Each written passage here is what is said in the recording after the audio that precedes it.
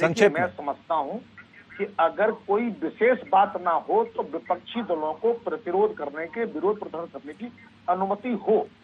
अगर इंटेलिजेंस के पास कोई ऐसा इनपुट है कि इसके पीछे कुछ दुर्घटना हो सकती है, रोका जाए, लेकिन ऑल्टरनेटिव अरेंजमेंट दिया जाना चाहिए। और ये सलाह सभी के लिए, फिर चाहे वो पश्चिम बंगाल हो या दिल्ली हो या उत्तर प्रदेश हो, इसकी जांच हो। आखिर तृणमूल कांग्रेस इतनी कॉन्फिडेंटली कैसे कह रही है कि पत्थर मारे हैं? आर के मिश्रा जी को जवाब देना। ऐसा तो आर नहीं के मिश्रा जी है नहीं, मैं कि वहाँ हिंसा घटना हुई, हमारे यहाँ भी हो गई, तो कौन सी बड़ी बात है? इनको अगर गिरेबान में झांकेंगे तो पार्थ चटनी के नोटों के बंडल नजर आएंगे, प्रॉपर्टी के कागज नजर आएंगे, जिनको ममता बनर्जी दीदी डिफेंड करती है। मनीष जी, ध्यान रखना चाहिए, ठीक है, को डिफेंड नहीं कर सकती हो। ठीक कह रहे हैं, ठीक ठीक ठीक। मनीष जी, आर के मिश्रा जी को, मनीष जी क्या कहना चाहते हैं, बताइए। मेरा कहना ये था कि डंडा और झंडा नहीं, कोई भी शब्द कौन कहता है इस पर फर्क पड़ता है। अगर डंडा और झंडा कोई पॉलिटिकल पार्टी कह रही है तो हमें उसके मायने समझने पड़ेंगे। ठीक बात। बम बम बोले, अगर कोई बोल रहा है बम बम बोले जी, तो अगर कोई पाकिस्तानी बोल रहा है तो भगदड़ मच जाएगी बम बम बोले बोलने में। ठीक बात। और अगर हम बोलेंगे बम बम बोले तो मतलब हम काशी विश्वनाथ याद आएंगे। ठीक बात। तो कौन बोल रहा है ये बड़ा महत्वपूर्ण है। मैं समझता हूँ इसको इस परिप्रेक्ष्य में देखा जाना चाहिए। मुझे डॉक्टर सुधा मिश्रा जी ने काफी ज्ञान दिया और बताया कि राजनीतिक विश्लेषक क्या होता है, और बताने के बाद उन्होंने यह भी कह दिया देश में शायद ही कोई ऐसा राजनीतिक विश्लेषक हो जो पार्टी लाइन से हटकर बात करता हो। यानी मैं तो छोड़िए, इस ब्रह्मांड के सारे राजनीतिक विश्लेषक कांग्रेस के हिसाब से बाइस्ड हैं।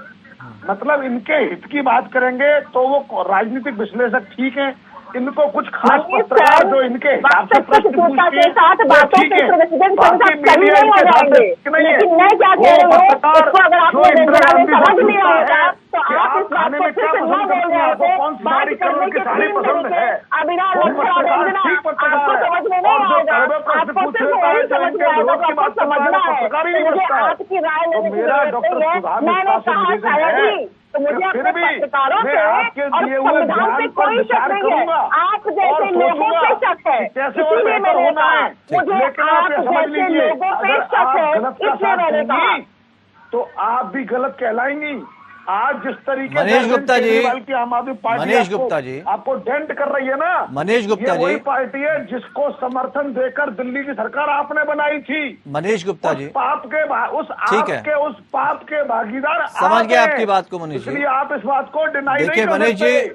मनीष जी ठीक है, रविंद्र जी सही बात की मिर्ची बहुत तेज लगती है। ठीक है, अरे मिर्ची भी लगती है, मीठा भी लगता है, पर समस्या ये मिर्ची मनीष किसको भाई लगी दिख है रहा जरा है, अपने सच गिरबान बात में को झांक ठीक कर करें। देखिए। ठीक है सुधा जी, समय समाप्ति की ओर है। गिरबान में झांक कर सुधा देख जी, लीजिए, समय समाप्ति की ओर। आपको मनीष जी, महसूस होगा। अपने मुद्दे पे आते हैं तो हम देखते हैं मैंने मुद्दे से अलग हटकर कोई बात नहीं की, मुझे लग रहा, क्योंकि ट्रेनों की बात मैंने इसलिए की क्योंकि आंदोलन के लिए कहा गया कि ट्रेनों में भरकर लोग गए और कहां कहां से ट्रेनें उधार ली गई, किराए पे ली गई।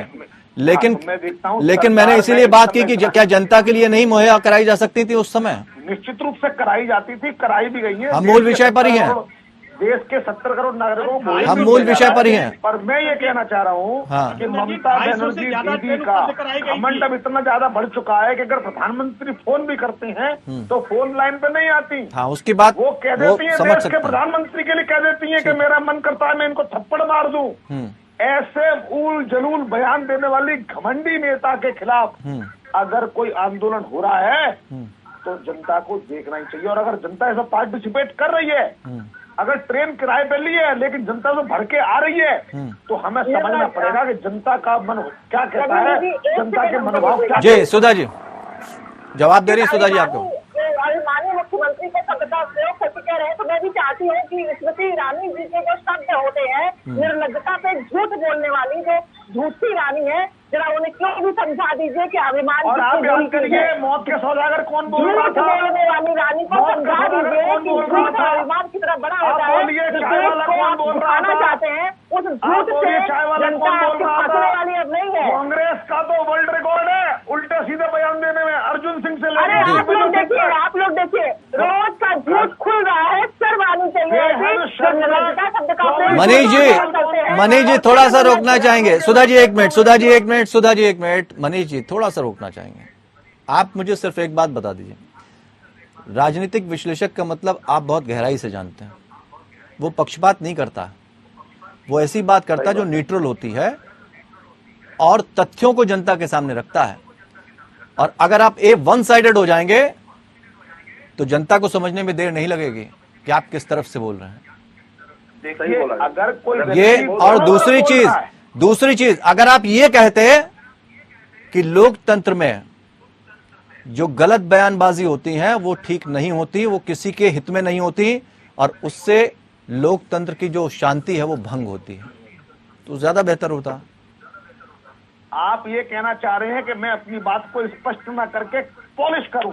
आप अपनी बात को स्पष्ट तो कर सकते आवश्यक नहीं हैं, है। लेकिन विश्लेषक और न्यूट्रल होता है। अगर मेरे से आप सीधा कांग्रेस पे आरोप नहीं लगा सकते, आप सीधा बीजेपी पे आरोप नहीं लगा सकते, आप सीधा टीएमसी पे भी आरोप नहीं लगा सकते। ठीक लगेगा मैं वो बात करूंगा। बहुत ठीक बात है, वो आपका अधिकार है, आपका अधिकार है, मुख्यमंत्री श्रीमती ममता आपका अधिकार है, वो बनर्जी ने उसमें कहा मैं नहीं जाना कि चाहूंगा। मेरा प्रधानमंत्री को थप्पड़ मारने का दिल करता है, ठीक। तो उन्होंने ये बात कही थी। ठीक। मेरे पास मोबाइल में उसका स्क्रीनशॉट है, इसलिए मैं कह रहा हूँ। वो सब क्या देखते उन्होंने हैं, ऐसा नहीं आज कहा? क्या दुनिया ये सब बात जानती उनके है। घमंड को नहीं ठीक दर्शाती है। है? संजय ये सरकार उनके घमंड को, अरे संजय सरकार क्या कहना चाहते हैं समझिए।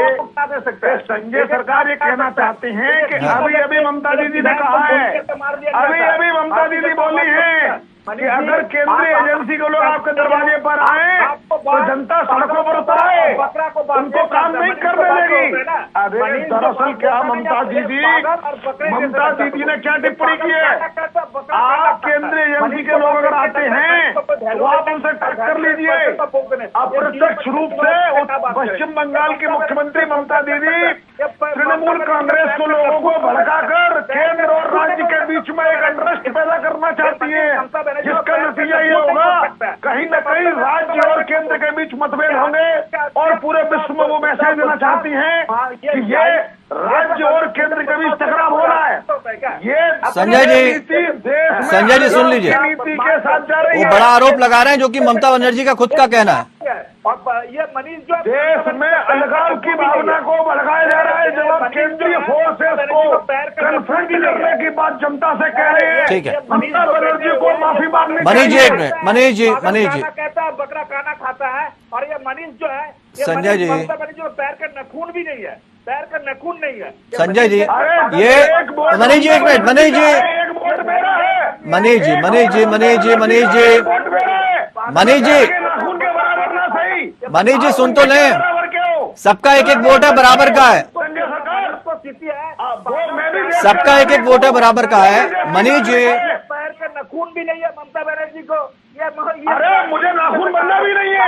आप नाखून बनो, उनके पैर की चप्पल बनो, आप उनके पैर के जूते बनो, उनका बिछुआ बनो, उनकी चूड़ी बनो, उनके कंगन बनो, हमें कोई फर्क नहीं है। मनीष जी, लेकिन मैं इस देश का नागरिक हूँ। संजय सरकार जी एक मिनट, संजय सरकार जी ऐसे डिबेट गड़बड़ा जाएगी। दो बातें हैं। सबसे पहले तो अगर कोई विरोधी दल प्रदर्शन करना चाहता है और अगर कोई खास मजबूरी नहीं है तो सत्ता पक्ष को प्रदर्शन की अनुमति देनी।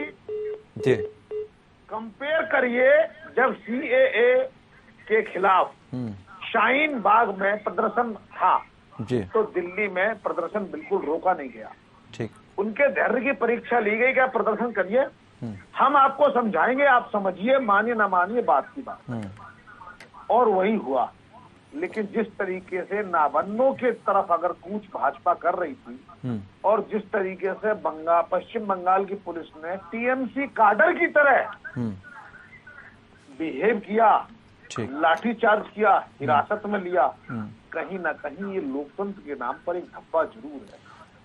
हमें ये समझना पड़ेगा कि लोकतंत्र में विरोध का स्थान है, असहमति का स्थान है, और अगर ये नहीं होगा तो लोकतंत्र मर जाएगा। और कोई भी पार्टी हो, कितनी राष्ट्रवादी पार्टी हो, अगर उसका विरोध नहीं होता है तो वो लोग निरंकुश हो जाएंगे, और जैसे कि ममता दीदी हो गई हैं।